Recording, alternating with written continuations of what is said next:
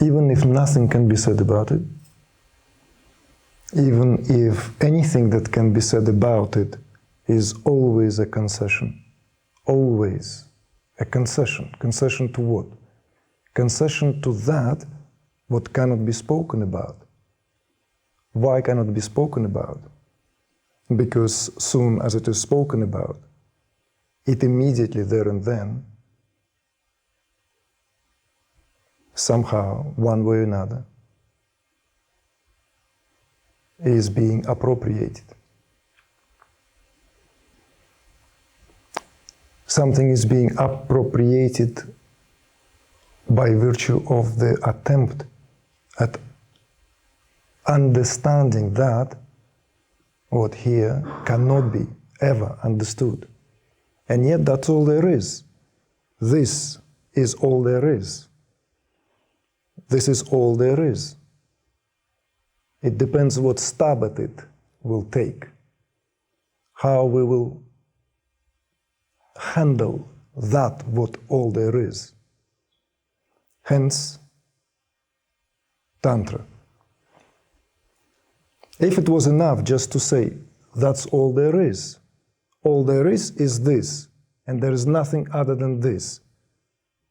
Whatever there is, was, is, or will be, is nothing other than what it is. And if this is understood, nothing needs to be done. If this sets you free or happy, none of these arrangements are necessary. Okay? No need to go into the expense. We can just open up a nice bottle of wine, sit in front of the fireplace, if there is a possibility, and just enjoy an evening chatter. It will be just as profound, if not more, than any attempt at trying to articulate that what is beyond any reach of any kind. So therefore, the first thing to be said here is that simplicity of purpose is required. Simplicity of purpose. Because when there is a simplicity of purpose, it opens up for the next inevitable, which rises on its own, the intent. The intent is being set forth.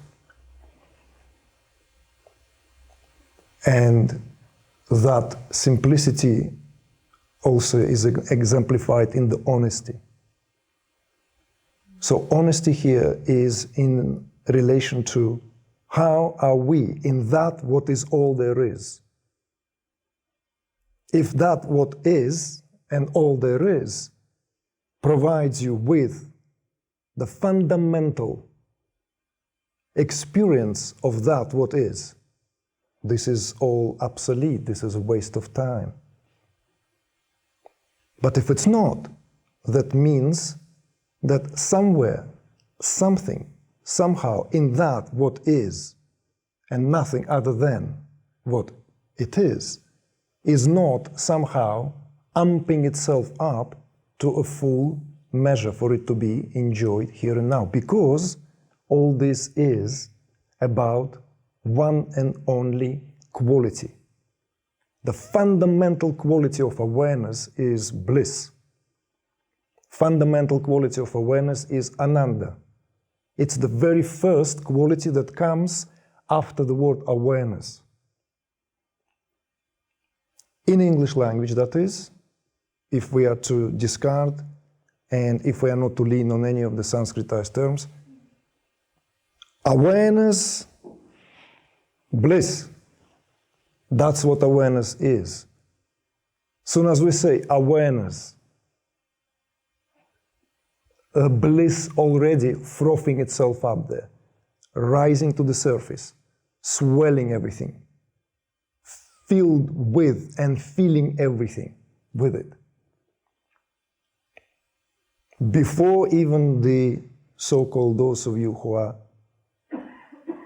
tried and tested and delved into it and read about it and looked into it, before the, let's say, the tantric will, knowledge and action, before that triad of the will, knowledge, and action comes bliss. You see the connection here? The relationship. Awareness, bliss, will, knowledge, action. That's all there is. There's nothing else. Everything is covered by this, and that's all there is. Will, knowledge, and action perhaps somehow is being the reality of everyone's experience. Because after all, even to make a simple movement, there has to be will to do so. Knowledge how, and that translates into action. But bliss, that Ananda Shakti, comes before. Bliss is what the main reason why that is then becomes will, knowledge, and action.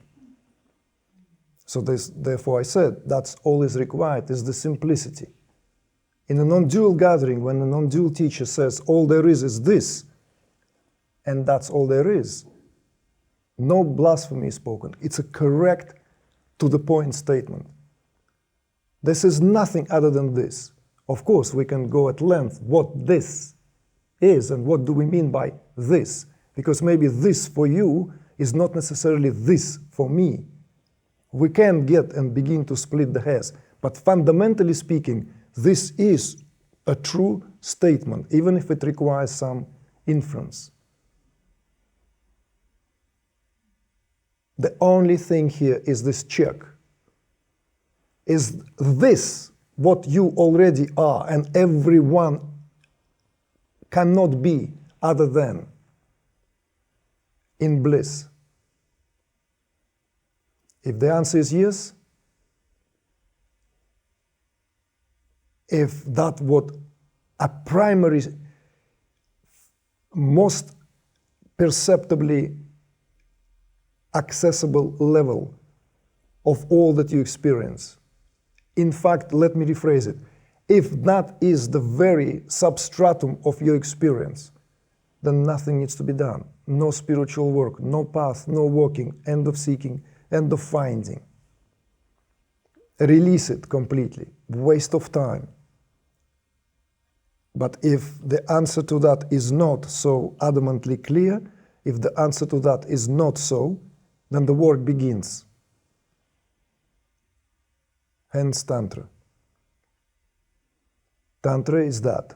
Tantra is how this, what already is, and nothing other than, is made again into one's own reality as a matter of fact. No more, no less. It's how to. Tantra, it's how to. How to. Whatever it is, how to. To tie a boot shoe, you need to have that spoon. That's Tantra on every day. Okay? Anything. In order to, how to is required. That is Tantra. So, if all there is this, and nothing other than this, irreducible, uncomparable, incomparable, unequageable, let's invent this term. If it is accompanied by a sense of bubbling bliss, then the job is already done before it began. But if it's not, then let's sit down and talk. Let's sit down and do some work, because it's only honest. Because just hearing that this is all there is, and there is nothing other than this, becomes dishonest, because if it doesn't free us truly, if it only frees us the moment it is said, that very moment when someone says you are free as you are, in all your attributes, there's nothing other than, you cannot be closer to the truth than you already are, because you are that truth. This may immediately begin to reverberate at a certain level and bring that but it has to stay at least until you walk out of this room, get to your car, your bicycle, your bus stop, made it home, put your kettle on, meet your friends, your wife, your kids, your parents. It still should be there, you see? You carry on with the analogy here. If that stays with you, job is done. There's nothing to do. It's there. That sense of freedom is no longer impeded. No, I'm not talking about walking around constantly with a smile and pretending everything is good. No.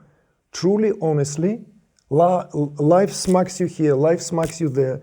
You get annoyed, you get perturbed, stopped in your tracks.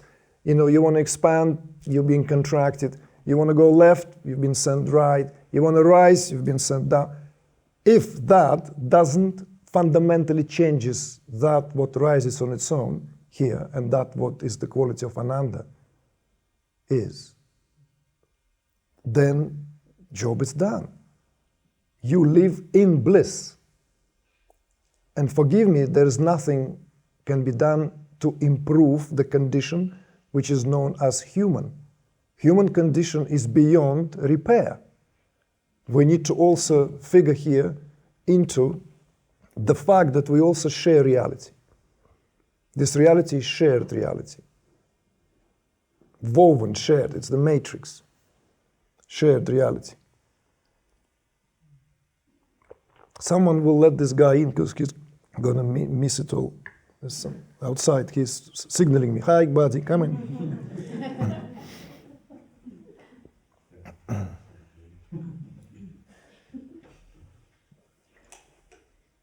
So,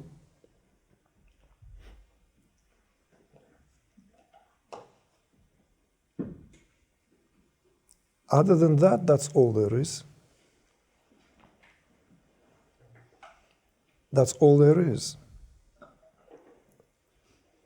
In fact, not that all there is, the very premise of spiritual seeking could be considered to be some kind of psychological impediment. It can be considered to be a form of cultural misappropriation and misunderstanding. There's no such thing as seeking. There's nothing to seek.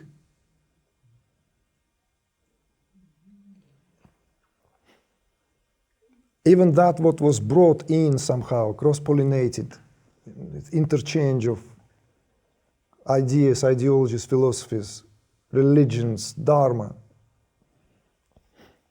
is not because they're seeking.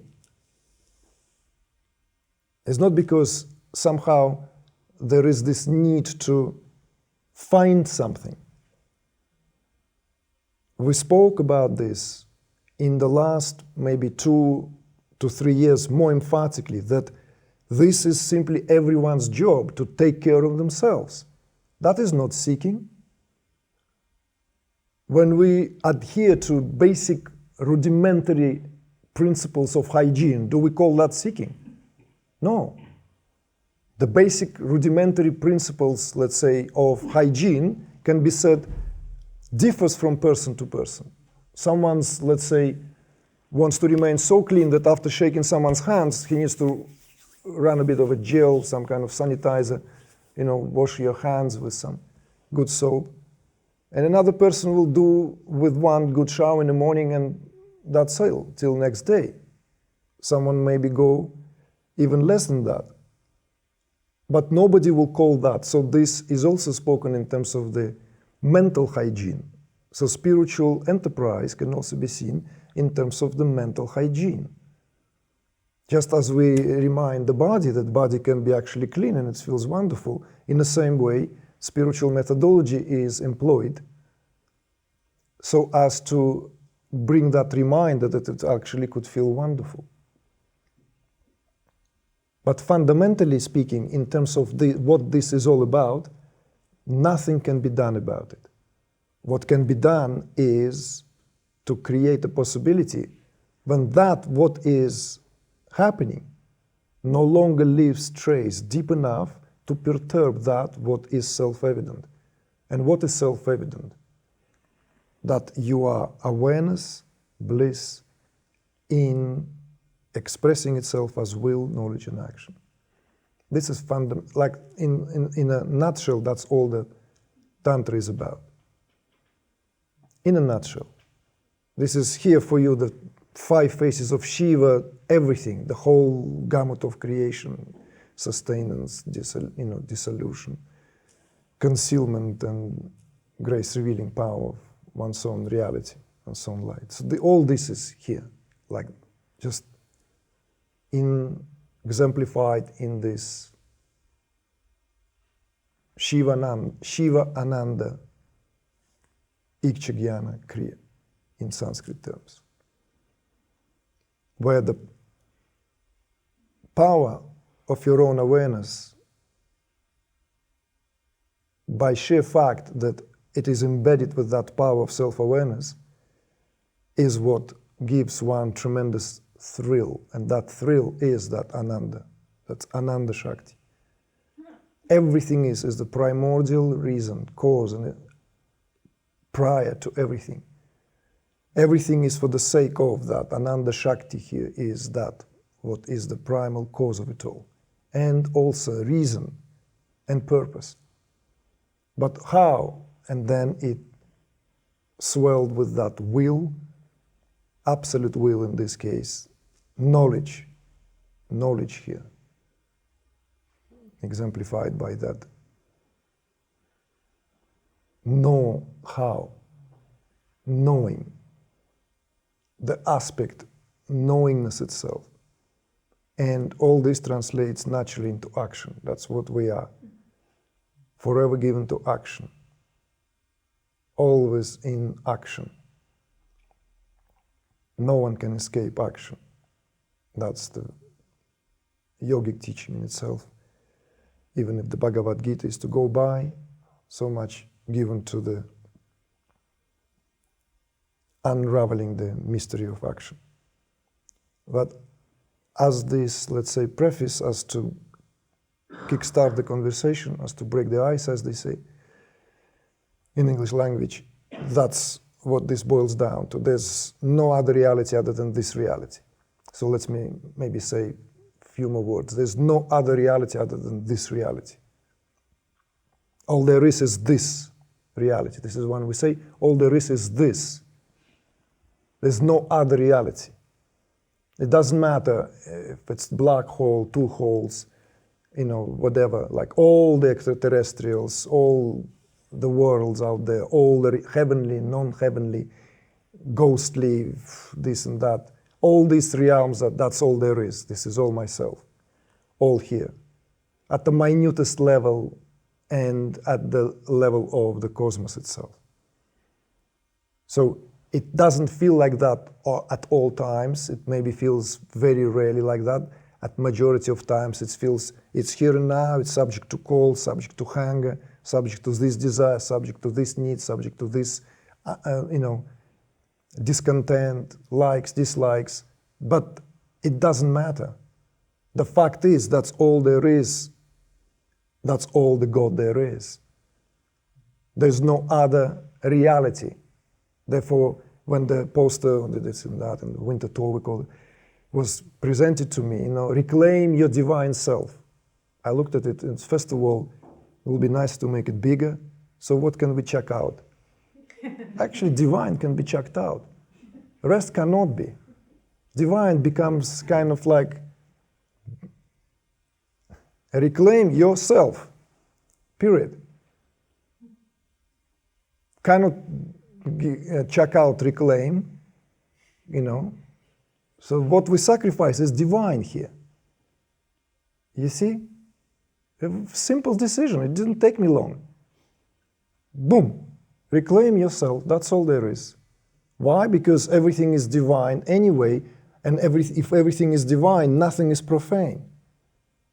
It cancels each other. It already completely and utterly brings all the level to where all the water finds its level. So there's no need to say divine as opposed to what?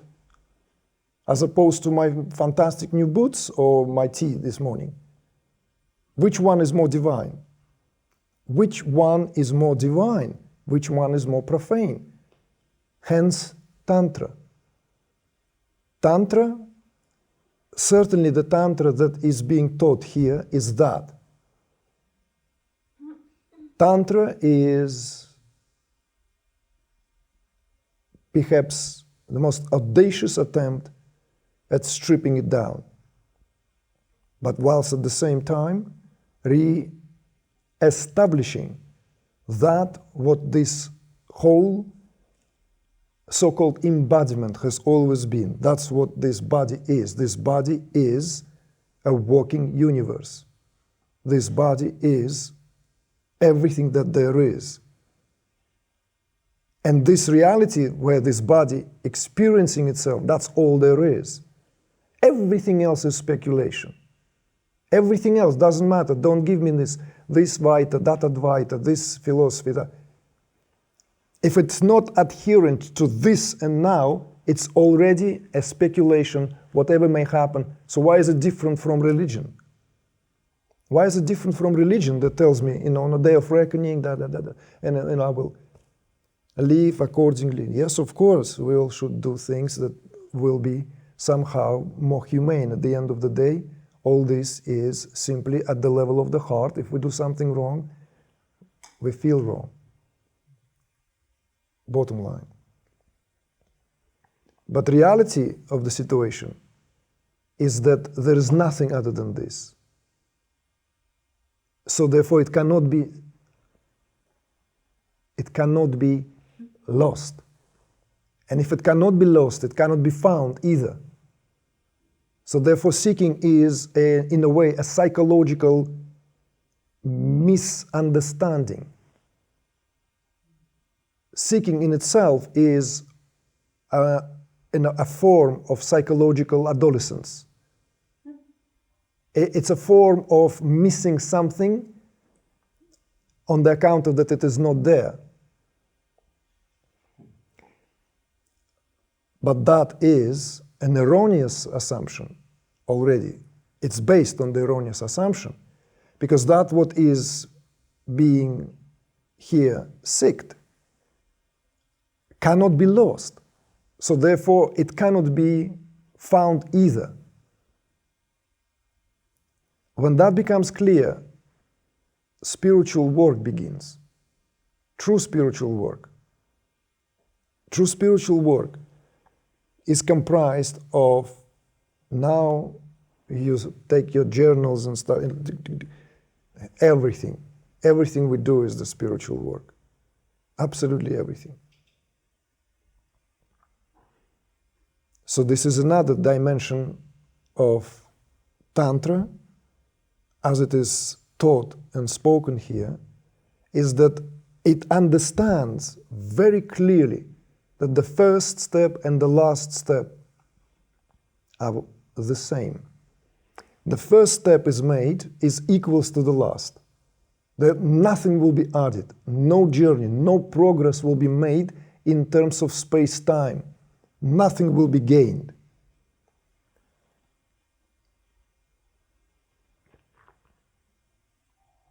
And yet everything will be completely and utterly transformed.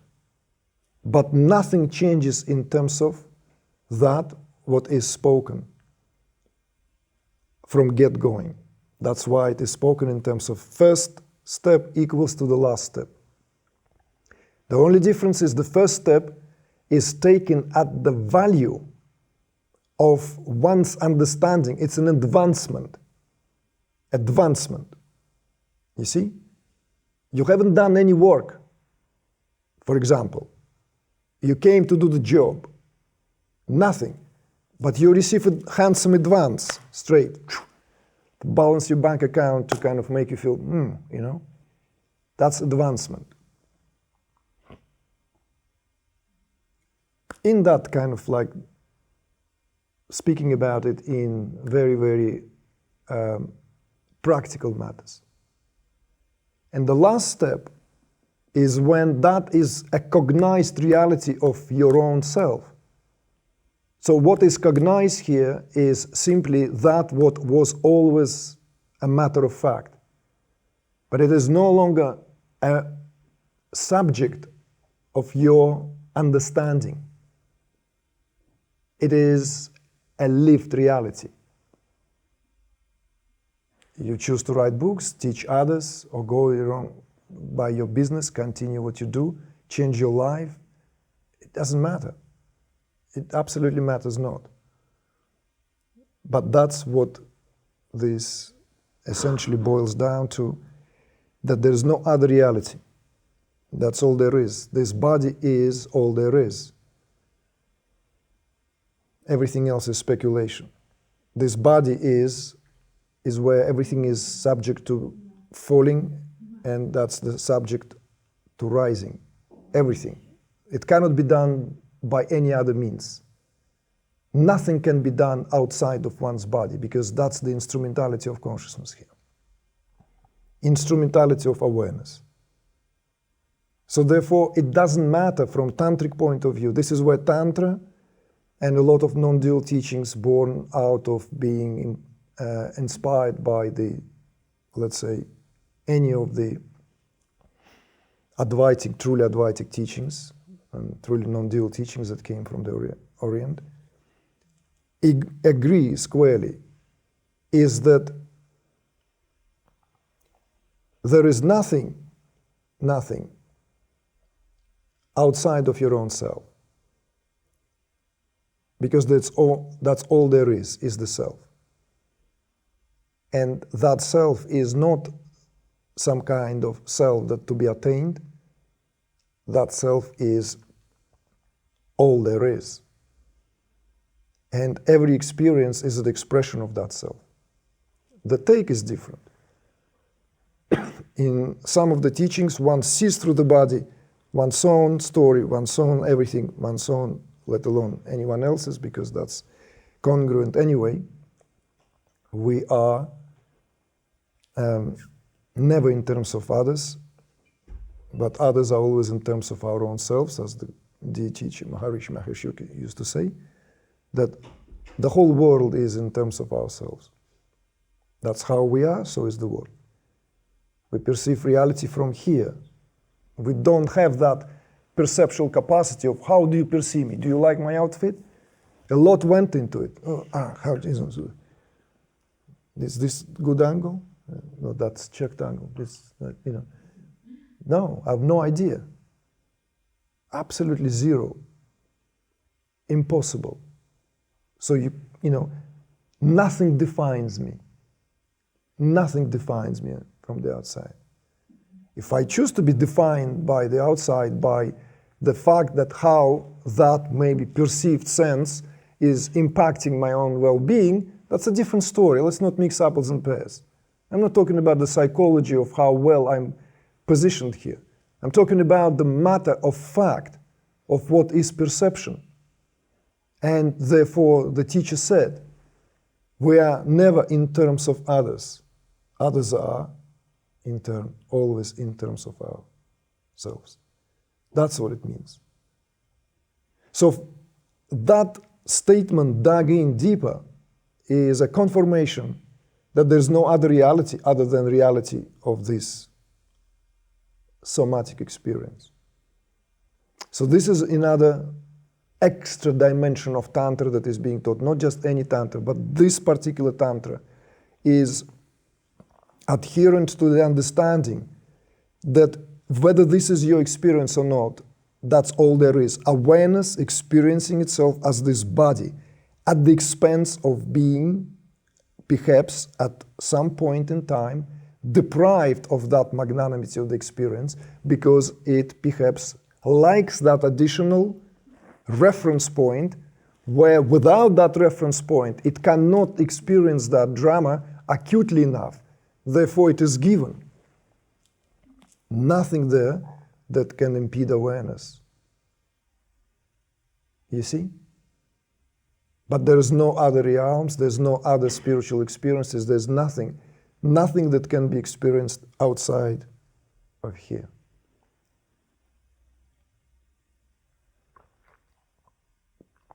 So this clarity of understanding here that the work can only be done whilst the body is alive. And this is, by the way, also where Advaita Vedanta and Tantra agree. The two veins of major, which gives birth to major schools. Even when it comes to Indian subcontinent, this all there is.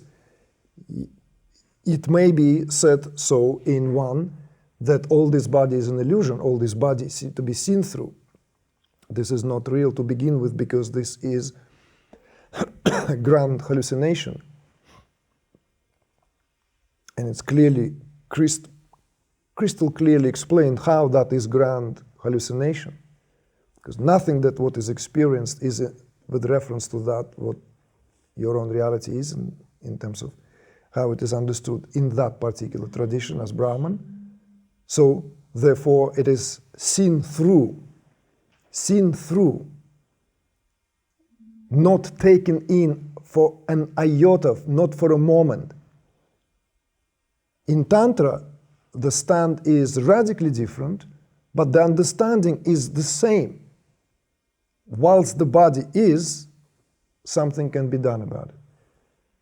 Without the body, nothing can be done about it. So all this talks about, oh, but I'll drop the body and the soul goes, and then in the next body or somewhere else in some kind of recessed reality, somewhere in some kind of more refined reality when I'm not this like a human being, I'm like vibrating, pulsating, and then my evolution continues there. Seriously? No. This is where the juice is. If you get the juice here, then none of that, scintillating lights and everything will really be attractive to you, You experience bliss when you just touch something and you look at someone. That is incomparable to nothing. Can never be compared to anything. This is what Tantra begins to enter this higher realm of understanding of what the senses are here. Why we experience emotional states. Why do we feel sometimes on the verge of something? Why a simplest thing can tick us off or make a world of difference? So let me just make it plain. It's a conscious embodiment. That's what this work is. It's a consciously made decision to go deeper into the body. If before the understanding was, let's go transcend, like I was at the airport, I walk into the shop, from get-going I have these block notes in different colors, and everyone gives you chakra names on it, Anahata, this, that chakra, this chakra, and then if you're not satisfied, you can buy yourself a framed already chart of all the chakras. And I'm not talking about yogic shop, it's a souvenir shop. There's nothing left to discover. All this is outlined. Even the colors are really matched. Each chakra given to you, buy all of them. Look at that rainbow, right? It's like, today in my Anahata chakra, I write this entrance, Or this was Monday, and it truly feels like being deep down in Manipura. Or even worse, Muladhara. I degraded, like I'm really, really sunk down, I'm in the deep, The truth is, this work is not about transcending the body and get the hell out of here. It's in fact getting in fuller. It's to truly embody that what is here, the instrumentality of awareness. This is what Tantra is really about. And when that is, because it's always work in progress, there's no such thing as seeking. It's not done in the name of seeking. There's no answer, no point of arrival, no destination even exists, because the first step equals last. So what's the point then? Naming the point is missing the point. The one who puts all his energy at trying to hit the target will miss it. You want to learn an art of archery, forget about competition. No points.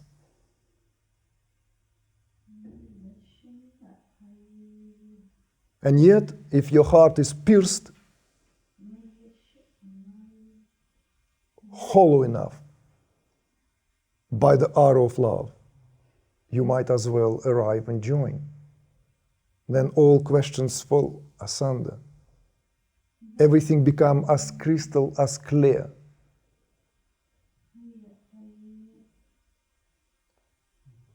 So, anyway, so this is just bottom line of, let's say, what I wanted to relate. I don't want to take up all evening. We are not here to do the work today, like let's go into meditation, right? Like quick, what is it called? Like, can you give us a quick, like access to Kikari Mudra? Let's milk the holy cow. Let's do none of that. We're not going to do any spiritual practices today. We're here to talk. Tomorrow is the practice, a full day. For 3 hours like this, we gather. We don't go into meditation. Do you understand? Like, do you understand why? Because it's not really about, oh, you know what, we had a wonderful darshan and we had sweet meditation together. Not gonna happen anymore. You know, you wanna do the real thing, you wanna do the full experience, then you check yourself into the immersion. Then everything will become clear. But not in terms of like, okay, I'm gonna guide you. One of the best meditations, sit comfortably, let's go cross-legged, right? Meditation has been around long enough now. All of us are children of meditations. Our parents meditated. Certainly mine did. Yours, I'm sure, too. It all happened, meditation revolution. So, here, reclaim yourself, right? And the subtitle, just to give that from personal transformation to collective coherence, because that's what really is the red thread that runs through as well. It's because these questions need to be answered by all sincere ones on the path, want to know sooner or later if this is not an extraordinary waste of time. You know, do we impact? Are we being impacted? Me meditating, you know, spending so much time to, you know, is life becoming better at all? Like, what am I doing here? House is on fire, world is on fire. What's more honest? What shall we do? These are important questions that are being often presented. So this is why it's given there as that. You know, what personal transformation really leads to? It leads to collective coherence. It leads to that what the term coherence here represents. And now just may I add simply here, not to make the somber picture, we live in time when there is a fundamental breakdown in that what coherence represents. So that what we experience, this transition in terms of everything, is due to the fact that there is not enough coherence. So any major conflicts, disagreements, all that is a result of lack of coherence. Not because there's some lizard race took over the planet Earth, not because there is like, you know, group of people have been usurping all the power since time immemorial. No, these are the outcomes. When there's coherence, every leader of society do the right thing. They can't help it. You see? Why? Because this is also a deeply tantric teaching, also within the Tantra, if you want. There is this richness of understanding that the archetypal forces, they are always to, as it were, to be embodied. Therefore, when people were really, really like, let's say, just as an example, don't hold me to that, when Donald Trump was shaking American consciousness to the core, right? Because a nightmare, the worst nightmare for some. For others, it was a dream come true. I remember I was saying that there's nothing impossible in consciousness. That it is possible that someone so, let's say, this and that, so selfish, so self-obsessed, so this and that, as Trump can wake up in the morning and be possessed by the qualities of archetypal intelligence which begin to make him do the right thing. You see? It's as simple as that. Because he is in a position. In a position, just like you may have your, you've been underdog and you've been doing this and that, barely enough energy. Then suddenly your position is being raised dramatically and you've been given this job and suddenly the power comes with this job. Suddenly you are in charge of the whole department. Suddenly you're like, wow, I can do it. There's a different quality. That's how it works on the level of energy.